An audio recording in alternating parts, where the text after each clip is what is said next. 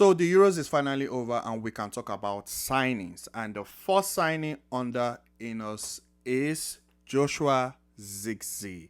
And to be honest, kudos to them. Honestly, kudos to Ineos Group because when they took over Manchester United, of course, they were going to come with a lot of changes. And with the direction they are going in terms of the profile and the style of players they are signing, you can tell they're heading in a good way because they're actually going for young players with potential. People that there's never a guarantee if a player will do well in the Premier League, but at least under the right system, under the right structure, the player can do well, and if given time per se. But I don't think under this new management, that's the Ineos Group, they'll be going for players in their 30s or players that are like players in their 30s or players that their career about to end, all those kind of players that will just come into the team for the paycheck. Right now you can tell they're actually going for young players with potential. The news are, if you actually follow like the rumors in terms of the type of players they're actually going for, you can see they're all very very young players that, if let's say at the end of the day maybe it doesn't really work out, at least they can still try to sell. They can still be that value there for the player because maybe the player is still very young, as compared to they can actually get something as compared to a player that is already old and they can't really get anything from the player. So Joshua Zirkzee to Manchester United. The reason why I like the signing is just because it's a young guy. He's a very young player with potential. With potential. Like I said, there's never a guarantee a player will do well in the Premier League. We've seen in the past where players come into the Premier League, that is stars from other league, and they struggle. But like I said, under the right system, under the right structure, fair, it could work out. But Joshua Zirkzee is very young. He's 23 years old. And when I was looking at his profile, one thing that stood out for me when I was looking at him, I think it was his passing ability. It seems he's that kind of striker that is very good at passing, and also his dribbling. Like, he knows how to carry the ball and move with the ball very very well. So you can tell Manchester United have different. They have like two different profile type of strikers. Rasmus Højlund, we know, is not very good at like passing the ball or like with the ball. He's not really very good at that. But his hold up play, and he's a very good striker. Like, in terms of if he gets a chance, his conversion rate is very very good. If Rasmus Højlund, if he's inside the box at the right place at the right time, he will convert the goal. If he gets like three, he's likely to convert two or one. But for Joshua Zirkzee now, okay, they have a striker that is very good at passing the ball, and also has that potential to be able to has the ability rather to be able to create chances and to make something happen. So it depends on the kind of opponent they could be facing. Maybe they are facing opponents whereby they need a player that has to bring in those maybe passing ability, maybe dropping deep, receive the ball and look for the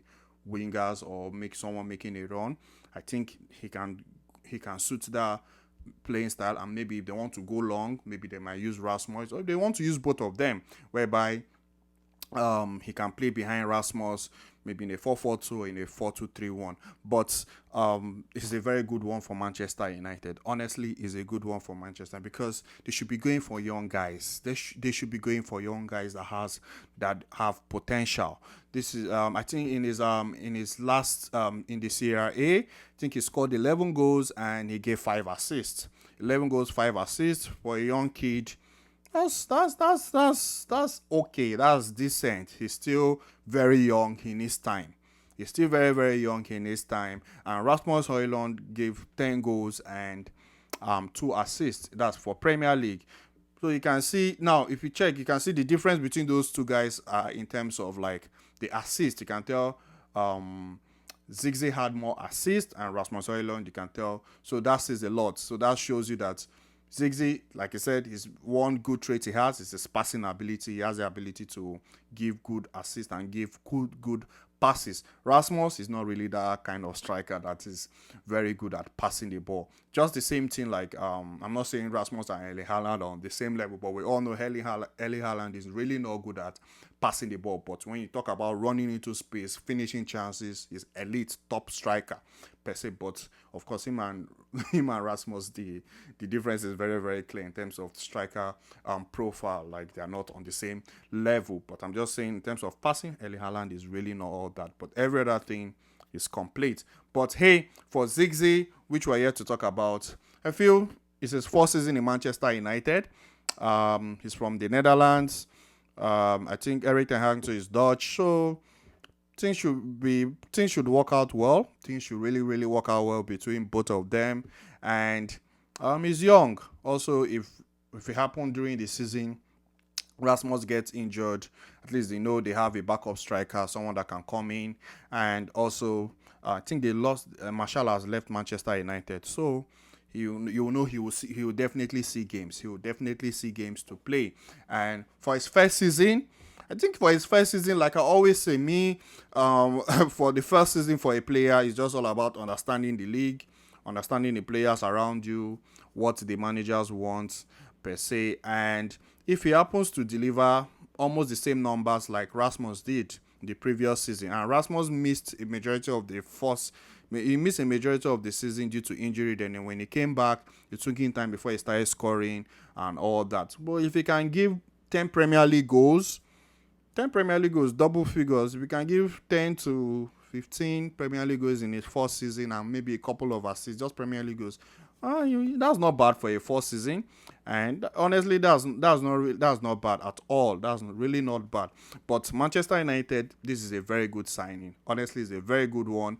And I just like it with just the fact that he's a young guy. They are going for potential. If he works out fair, maybe at least there's still that resale value there. If it doesn't work out, rather, there's still that resale value there if they want to sell him. And if he works out, his price goes up higher. And if they decide to sell in the future, they know they're actually getting something from the player. So we all know for Manchester United under Ineos, gone are those days where they'll be signing those big names that will just come there for the paycheck and they won't deliver. I think the likes of the Casemiros and the Varane, they did. I'm not sure under Ineos they'll be going for those kind of players. They'll be going for those kind of profile of players anymore. I think going forward, even the Leeds, Lenny Euro, those are the names around saying Manchester United are trying to pull to bring into the club. And you can see they're all young, and that's what you need in a club if you're trying to build something. 1 or 2 experience is needed, but at least they should be full with young guys that are willing to play ball, that have good potential. But let's see what Zirkzee will have to offer as the season starts. I'll be watching out to see what he will do. Honestly, I'll be watching out to see what he will do. But from the basics, just to understand the league, to get to know his teammates, what the manager wants from him, just the basic. But it's a very good one, young guy with good potential. And yeah, that's it for me, guys. Let me know what you guys think about the signing. And hey, I'll see you guys in the next video. Thank you very much.